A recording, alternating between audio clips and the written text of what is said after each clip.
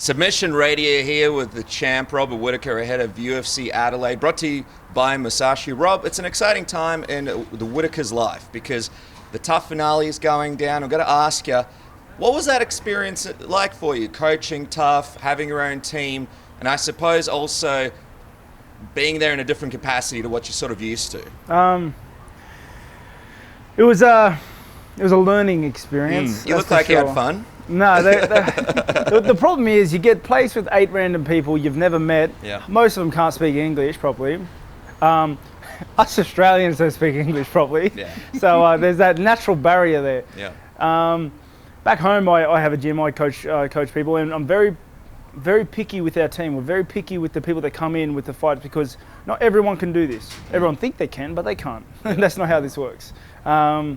And I think a lot of the people on my team and on the other team, but on my team I had more interactions. I think a lot of people on my team weren't supposed to be there.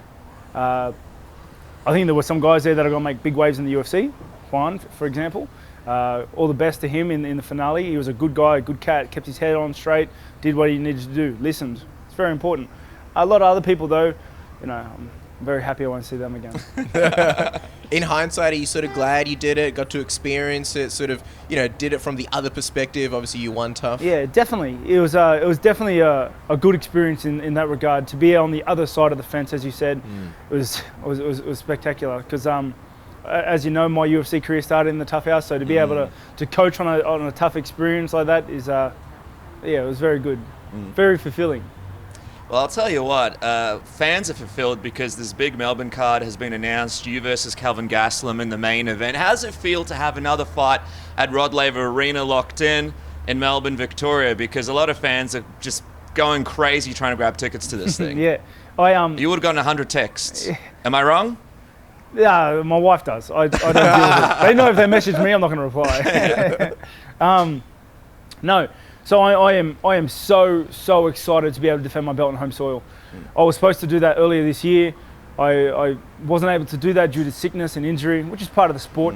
But it was crushing for me because it's been one of my biggest dreams. One of my biggest dreams was to get the belt and bring it home, and I did that. And then after that, the next step logically is to defend the belt on home soil, and I haven't been able to do that. So for the fight in Melbourne to be announced, I am so ecstatic. And another bonus is the fact that it's in Melbourne, which is close to my home. It's great. More importantly, close to Submission Radio. That's where the podcast and the program. When I say close to my home, I mean close to Sydney. Let's relax. It's an hour flight. But Rod Laver Arena is the best arena I've ever fought in. I've had the most memorable moments there. It just lights up. So it is a great event. I cannot wait. Underrated arena, actually. A lot of champions from a bunch of sports in that arena. When you look at the Australian Open, guys like Roger Federer have won massive titles there. When you look at concerts, legends that have been through there, there's something special about it. It's kind of like Australia's Madison Square Garden outside of the MCG or some of these subpar venues that you guys have in Sydney. But it's going to be interesting because not only are you guys headlining the card, but there's some interesting fights already announced for it. Israel Adesanya versus Anderson Silva. When you saw that fight announced as the co-main event, what did you think? I thought it was like, yes, pay-per-view. You reap the benefits on that one, right? Yeah, no, and the thing is, it's like, I wish him all the best. I like Adesanya. I saw him in the lobby there. I think he's an exciting fighter. How did that go? That was your first ever interaction with him, right? Yeah. We just asked him, have you met Rob? And he's like, never in my life. Yeah, no, it was a little awkward, to be honest. No, it was good. It was good. Who said hi first? What was the situation? Talk us through it. I said hi. Okay. I shook his hand, went for an awkward hug. Oh, nice. Wow, a hug. It was good. We didn't get any hugs when we saw you. No, it was good. Oh, come on, man. No, it was... No, it was very good. I'm very civil. Like, what I think catches a lot of people off guard is that I honestly wish the best for them. Like, I honestly wish the best for Israel. I honestly wish the best for Anderson Silva. I wish the best for every other middleweight there. I just want you to do you, and I'll do me, and we can all be happy. I wish you the best of success. If our paths have to cross at one stage, and we have to fight, then let's make it a good one. I'm going to go in there, bring my best. And I hope you can keep up with that. But yeah, I have no ill will towards any of my opponents, to anyone in the division, to anyone in the game. It's what it is. It's a big game, isn't it? Just curious, what do you think about, I guess, the success he's had and his fighting style in general. I'm sure you probably don't really study opponents until you're set to fight them. But what do you think about, I guess, the way he's beaten his opponents in the past, especially because you and him share common opponents like Derek Brunson? Yeah, it's an opponent. Big part. Well, one opponent, yeah. No, I fought Tavares as well. So. That's a good point. Yes. Yeah. Oh, I feel like we're not doing our job here, Casper. We can't Did pronounce zero words. research. No, he's very exciting. He is methodical. He's got textbook stand up. He stays on the outside and just picks them apart from the outside. I think it's great. It's great to watch. It's great to see. He puts his opponents on show. It's great. He sets a rhythm that just throws his opponents completely out, and I think that's great. I think that's great for his fight style. I think it's great for the sport. I think it's great for the division to see this. I like watching it. It's interesting because he says if he beats Anderson Silva, it's going to be the great New Zealand versus Australia sort of fight. But you've got a Kiwi background as well, right? You're part Kiwi, part Australian. So I'm not quite sure if that would be like a Wallabies versus All Blacks kind of situation, would it? Was he talking if he beats Anderson Silva and he has to fight me? Yeah, Correct. a big sort of. But I'm like, well, Rob is part Kiwi, right? Well, I was born there, so yeah. So the same. Okay. I can't even think about it. I think it's the fate of all good fighters to fight each other eventually, and that's just what. How we have about this? to do. The wisdom coming from Robert Whittaker earlier. Did you just think of that? No, it's just That's like out of a quote book. It's inevitable. It's just what happens. But my only sights and only goal at this point is to fight Kelvin Gastelum. He is too dangerous of an opponent to ignore, and if I don't give him the respect he deserves, he'll run over me. And before we talk about Gastelum, just quickly, ESPN news came out that Anderson Silva was promised a title shot if he does beat Adesanya. Does it kind of excite you about possibly fighting a legend like Anderson Silva if he could get past Haven't Israel? thought about it.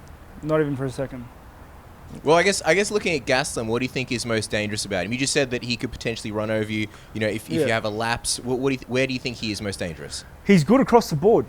He doesn't have any glaring holes in his game. He has surprising speed, good pop in his left, and knockout power.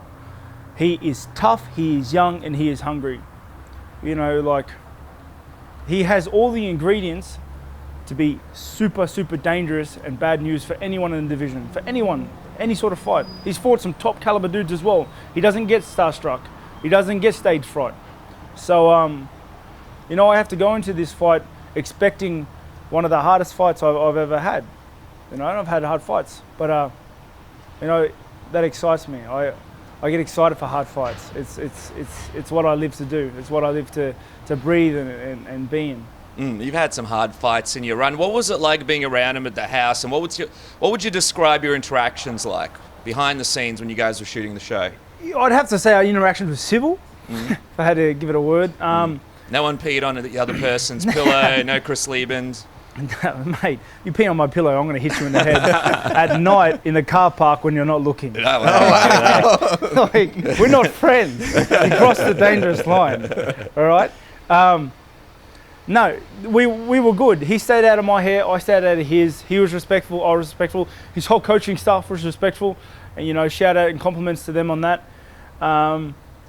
You can't ask for much more. It started getting weird by the end because we do have to fight each other, and being around a potential opponent is always tough, especially if you have to do it for weeks on end. But we got through it. Yeah. Got to ask, the other big news, obviously you winning GQ 2018 Sportsperson of the Year. What was that like for you? Did you ever see that coming? I imagine. Do you think something like this kind of, opens things up for MMA's growth here in Australia, having you as the face? Definitely. I think the fact that Australian MMA has managed to break into that market is huge for the sport. Huge for the sport and for the athletes. So, I can only see bigger things coming now with that we have shared company with the likes of GQ Australia. It was very good, and obviously being GQ Man of the Year, has it changed your preparation style before? Man of the Year. Well, I mean, Sportsman of the Year, but GQ's there. When you walk out, do you have to get the mirror out, make sure that the outfit is good? You have a title now. So hold on. At the GQ title. Okay, so there are people out there. They expect. So to see do I need to make? What, make more effort on how I'm dressed and stuff like Well, that? you know, the GQ people, when they see you on the street, you get paparazzi taking photos of you for Women's Weekly, Women's Day, you know. That doesn't happen, but We take photos of you. I'll let you know a little secret. My wife dresses me from head to toe. So... Well, she does a great job. That's all we're going to say about that. That's what you need. You need a woman. Our girlfriends do the exact same thing. Yeah. I was going to say, Dana White, when he introduced you, he kind of like made a bit of a joke about, you know, he's a great fighter, doesn't like doing a whole lot of media. You've always been fantastic to us, but I guess, and you're a calculated... I think that media comment was miscommunication. Someone told Dana White that I don't do PR or I'm not easy to work with, and that's bullshit. I've done every PR, every media event they've put up to me. The big thing is though, they get the shits when I say, sorry, I can't make it, I have training at this time. What do you want me to do? Do you want me to fight? Or do you want me to do this? Like, work around me a little bit. There's just a miscommunication, that's all. Do you feel like that's kind of a common misunderstanding that a lot of fighters have? Because we've seen guys like Conor McGregor. Yeah. UFC 200, very famous moment. They wanted him to come down to a press conference and he was like, I'm fighting Nate Diaz, it's a big rematch, I can't make it. No, it depends. You know, there's a fine line, and I don't know anything about running the company of UFC. That's not my specialty. All I do know is that I need to train in order to win fights. UFC want me to win fights. So if you want me to do PR, let's work together. Let's work around it. Try to fit in around my times, please. I've always been willing to talk to you guys and absolutely. And sometimes I text you in the middle of the night and do all sorts of media stuff. I've never said no or turned down a media event unless it clashes hard with a session I cannot miss. So it's part of the job. I think it's just got to be a healthy balance, you know. Well, look, as we wrap up, because you're a busy guy and we want you to enjoy a sunny day here in Adelaide, what is your prediction for this fight with Kelvin Gastelum? I mean, it's pretty early out and you'll probably spend a bit more time thinking about this fight, but you have been around him at the Tough House. You have thought about this fight for a little bit. Is there an outcome that kind of stands out to you that goes down Rod Laver in February? I think he's a very good opponent. I think he's a very tough guy, very, very strong opponent. He's got a lot of skill sets, but I think I'm going to starch him. I'm bringing a lot of weapons and a lot of heat to this fight. I've had a lot of time to prepare, and you know, I'm on home soil. I have the home ground advantage. So I look forward to, you know, just putting that heat on him. Just quickly, before we wrap up, I got one more. I know Dennis had a beautiful segue, but I wanted to ask you, because previously Adesanya's name was thrown around as a potential backup. And as a champion, I just wanted to get your thoughts. You know, when you hear the UFC saying, look, you're probably going to fight Kelvin Gastelum, but maybe you'll fight another guy. Do you think that's kind of fair? Because in your mind, you're defending a belt, and maybe you have to prepare for two opponents. I think I've mentioned it before, backups are bullshit. Yeah. Like, it's ridiculous. If whatever happens and Kelvin can't fight and they replace him with a dude that's, what, 2 foot taller, like lanky, fast, like complete different build. Like, what do you want me to do? It's like getting a Formula One car and test racing it, and then day of the fight saying it's a rally event now. Yeah, cool. And I know how methodical you are as far as your training, writing everything down, so a new opponent would just throw things, you know, completely out of whack. Don't get me wrong. Like, I'm sure no matter what happens, I'll prevail. That's the sort of dude I am. I'm sure I can work on the fly. I think that's why I'm one of the best fighters in the world. But it's all about stacking chips in your favor. Everyone at the top is, you know, there for a reason. So, and I think it's unfair. Yeah. I think it's unfair. Yeah. One more, and I promise we'll get out of your hair, Right. Rob. Mark Hunt, his last UFC fight this weekend, man. How do you feel about that? I know you guys are close. He calls you Robbie, which you know is you know you're friends when he calls you that. We've been trying to do it for years, but it doesn't quite work. Doesn't work. How do you feel about him having his last UFC fight this coming weekend? And what's that going to be like for you? Do you get nervous when you watch a teammate fight? I know you have full confidence in him, but is it going to feel a little bit different? No, I always feel super nervous when it comes to like anyone I have like a relationship with or emotional investment in. It's it's always gut wrenching. I actually get super anxious watching my friends and people that I know fight. It's hard for me to watch. And you've got a lot of them this weekend. Yeah, Mark, I know. Tyson, Jake Matthews. So, for those guys for Mark's last fight, are you saying how do I feel about his last fight in the company of the UFC or his last fight in MMA? Well, it's not his last fight in MMA because he's going to continue fight on. It is what it is. Like I'm excited to see Mark Hunt fight at any stage at any time. I'm happy for him to do whatever he's going to do. Whether he's fighting or not, I'm always going to be a big fan of his. You know, I love his grit. I love his style. So, yeah, I'm not sad or anything. You know, I'm obviously nervous for him because he's my friend of mine and I like the guy. So, but yeah, I have never doubted Mark Hunt's ability to win fights ever against anyone because I think he can beat anyone. Well, there you guys go. The pride of Australia and New Zealand, our champion, and he is fighting at 234 in Melbourne. Rob, thank you so much for your time. Can't wait to see what goes down at Rod Laver. Appreciate it. Thank and you of for having course, me, guys. looking good.